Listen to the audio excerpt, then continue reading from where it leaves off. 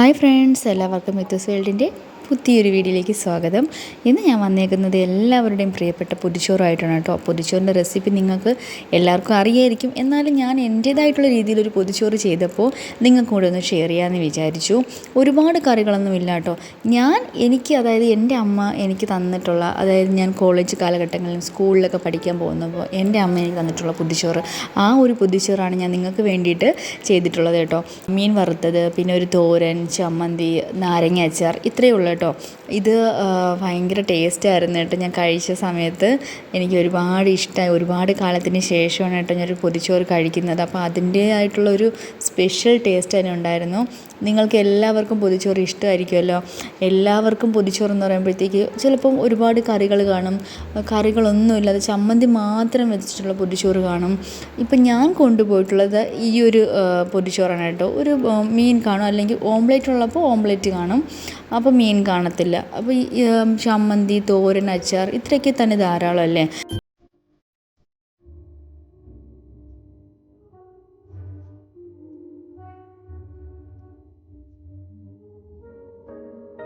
ഇന്ന് ഞാൻ തയ്യാറാക്കുന്ന പൊതിച്ചോറിലെ ആദ്യത്തെ റെസിപ്പി കുപ്പച്ചീര തോരനാണ് കേട്ടോ.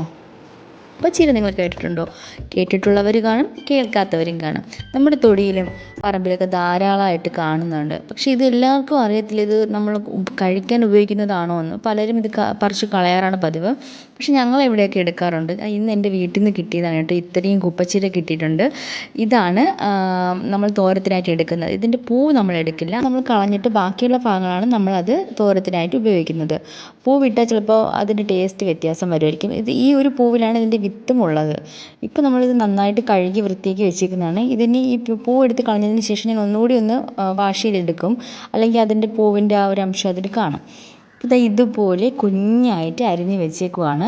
ഇതാണ് നമ്മൾ തോരത്തിനുള്ള പരുവം. അരിഞ്ഞ് വെച്ചേക്കുന്നത് ഇത് ഈ ഒരു രീതിയിലാണ് നമ്മൾ അരിഞ്ഞ് വെക്കാനുള്ളത്. ഇതിൻ്റെ അരപ്പ് റെഡിയാക്കുന്നതിന് വേണ്ടിയിട്ട് ഒരു അരമുറി തേങ്ങ എടുത്തിട്ടുണ്ട്, കുറച്ച് മഞ്ഞൾപ്പൊടി, ജീരകം, പച്ചമുളക്, 2 പച്ചമുളകാണ് ഞാൻ എടുത്തിരിക്കുന്നത്. എരിവുള്ളതാണെങ്കിൽ 2 തന്നെ ധാരാളം കേട്ടോ. എന്നിട്ട് ഇത് നന്നായിട്ട് ഇതെല്ലാം കൂടി മിക്സ് ചെയ്ത് ഒന്ന് ക്രഷ് ചെയ്തെടുത്താൽ മതി. ഒരുപാട് അരഞ്ഞു പോകരുത്. നമ്മൾ പാത്രത്തിലേക്ക് എണ്ണ ഒഴിച്ച്, വെളിച്ചെണ്ണയാണ് എടുത്തേക്കുന്നത്, കടുകിട്ട് പൊട്ടിക്കുക.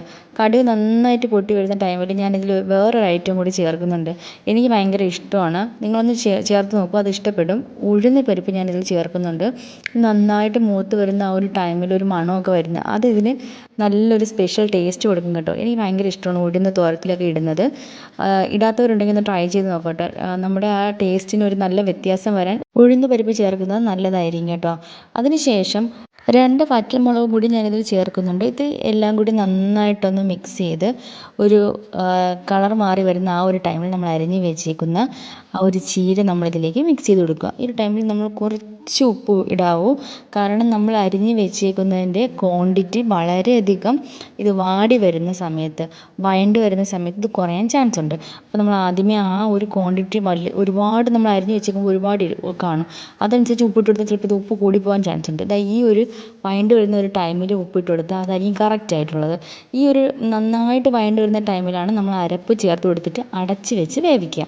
ഒരു 1-2 മിനിറ്റിനുള്ളിൽ തന്നെ ഇത് നന്നായിട്ട് കുക്കായി വരും. ആ ഒരു സമയത്ത് അരപ്പും തോരനും കൂടെ മിക്സ് ചെയ്ത് കൊടുക്കുക. ഒരു 5 മിനിറ്റ് പോലും വേണ്ട, അതൊന്ന് മൊത്തത്തിലൊന്ന് ഇളക്കി കൊടുത്ത് യോജിപ്പിച്ചെടുക്കുമ്പോൾ തന്നെ നമ്മുടെ തോരൻ ഇവിടെ റെഡി ആയിട്ടുണ്ട്. വളരെ ടേസ്റ്റി ആയിട്ടുള്ള തോരനാണ്. നിങ്ങളെല്ലാവരും ട്രൈ ചെയ്ത് നോക്കണം, നിങ്ങൾക്ക് എല്ലാവർക്കും ഇഷ്ടപ്പെടും. കുപ്പച്ചീര ഇതുവരെ കഴിച്ചിട്ടില്ലാത്ത എല്ലാവരും ഇതൊന്ന് ട്രൈ ചെയ്ത് നോക്കണം കേട്ടോ. നമ്മുടെ പറമ്പിലൊക്കെ കാണുമ്പോൾ നമുക്ക് നിസ്സാരം പോലെ വേണ്ട, ഇത് ഉപയോഗിക്കാൻ പാടില്ലാത്തതാണെന്ന് വിചാരിച്ച് നമ്മൾ പറിച്ച് കളയില്ലേ. ഇനി അങ്ങനെ ഒന്നും വേണ്ട കേട്ടോ. ഇത് നിങ്ങൾ എന്തായാലും ഒന്ന് ട്രൈ ചെയ്ത് നോക്കണം, ഇഷ്ടമാവും. സ്വാദിഷ്ടമായ കുപ്പച്ചീര തോരൻ ഇവിടെ റെഡി ആയിട്ടുണ്ട്. അപ്പോൾ ഇത് വളരെ ടേസ്റ്റിയാണ്. എല്ലാവരും ഇതൊന്ന് ട്രൈ ചെയ്ത് നോക്കണം കേട്ടോ. ഇപ്പം നമ്മൾ പൊതിച്ചോറിലേക്ക് വേണ്ടിയിട്ടാണ് ഇത് ഉണ്ടാക്കിയിരിക്കുന്നത്.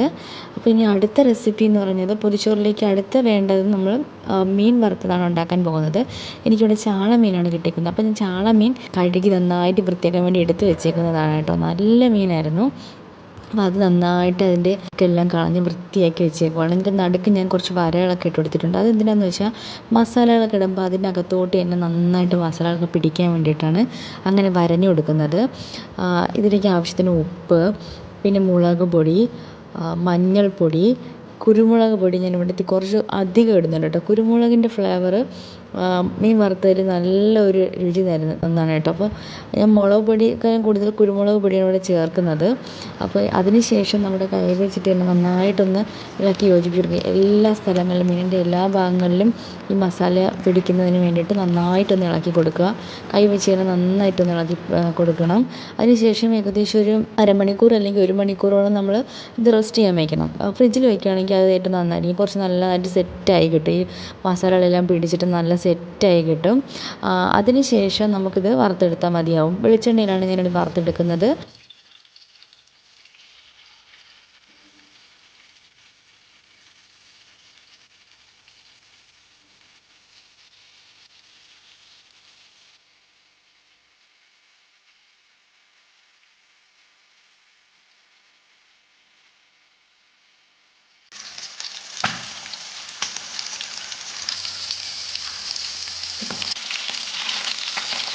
മീൻ വറുത്തത് റെഡി ആയിക്കൊണ്ടിരിക്കുകയാണ്. ഒരു സൈഡ് നന്നായിട്ട് വെന്ത് വരുമ്പോൾ നമ്മൾ തിരിച്ചിട്ട് കൊടുക്കണം. അപ്പോൾ 2 സൈഡും മാസം തിരിച്ചിട്ട് കൊടുത്ത് നന്നായിട്ട് വേവിച്ചെടുക്കാം. പിന്നെ മീൻ ഇവിടെ നന്നായിട്ട് പൊരിഞ്ഞ് വന്നിട്ടുണ്ട്. ഇനി അടുത്ത് നമ്മൾ റെസിപ്പി എന്ന് വെച്ചാൽ ചമ്മന്തിയാണ്. തേങ്ങാ ചമ്മന്തിയാണ് കേട്ടോ. ഇതിലേക്ക് ആവശ്യത്തിന് തേങ്ങ, പിന്നെ ഒരു നുള്ളു പുളി, ഉപ്പ്, മുളക് പൊടി, പിന്നെ ചെറിയ ഉള്ളി ഉണ്ടെങ്കിൽ അതായിരിക്കും നല്ലത്. ഇപ്പം ഞാനിവിടെ ചേർക്കുന്നത് സവാള ചെറുതായിട്ട് അരിഞ്ഞിട്ടതാണ്. ഇത് നന്നായിട്ട് മിക്സിയിൽ നന്നായിട്ട് അരച്ചെടുക്കണം.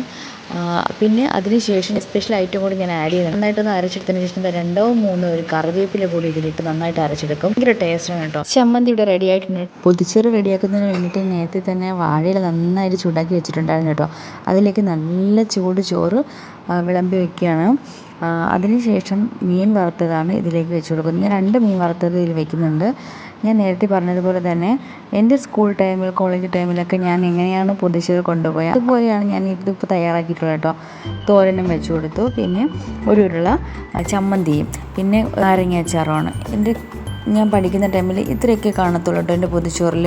പിന്നെ ഇതിൽ മുട്ട ഓംലെറ്റ് മിസ്സിങ് ആണ്. മുട്ടയുണ്ടെങ്കിൽ മീൻ കാണില്ല, മീനുണ്ടെങ്കിൽ മുട്ട കാണില്ല. എല്ലാം കൂടി ഒരുമിച്ച് കൊണ്ടുപോകുന്ന പതിവൊന്നും ഇല്ലായിരുന്നു കേട്ടോ. അപ്പോൾ അതുകൊണ്ട് ആ ഒരു രീതിയിൽ ഞാൻ ചെയ്യുന്നത് കൊണ്ട് ഞാൻ മീൻ എടുത്തത് കൊണ്ട് ഞാൻ മുട്ട വെച്ചിട്ടില്ല. ഇത്രയൊക്കെ എൻ്റെ പൊതിച്ചോറിൽ ഉണ്ടാകത്തുള്ളൂ കേട്ടോ. ഇല നന്നായിട്ട് മടക്കിയതിന് ശേഷം പേപ്പറിൽ ഇതുപോലെ നമ്മൾ കെട്ടിവെക്കണം.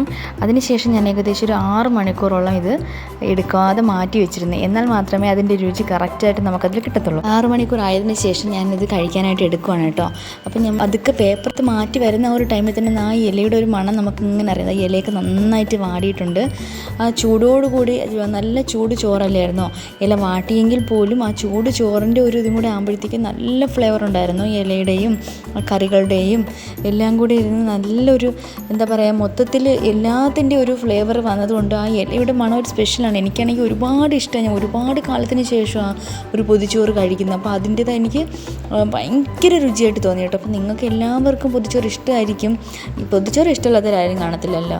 അപ്പോൾ എല്ലാവർക്കും വേണ്ടി ഇഷ്ടമായിട്ടുള്ള എല്ലാവർക്കും വേണ്ടിയിട്ട് ഞാൻ വീഡിയോ സമർപ്പിക്കണം കേട്ടോ.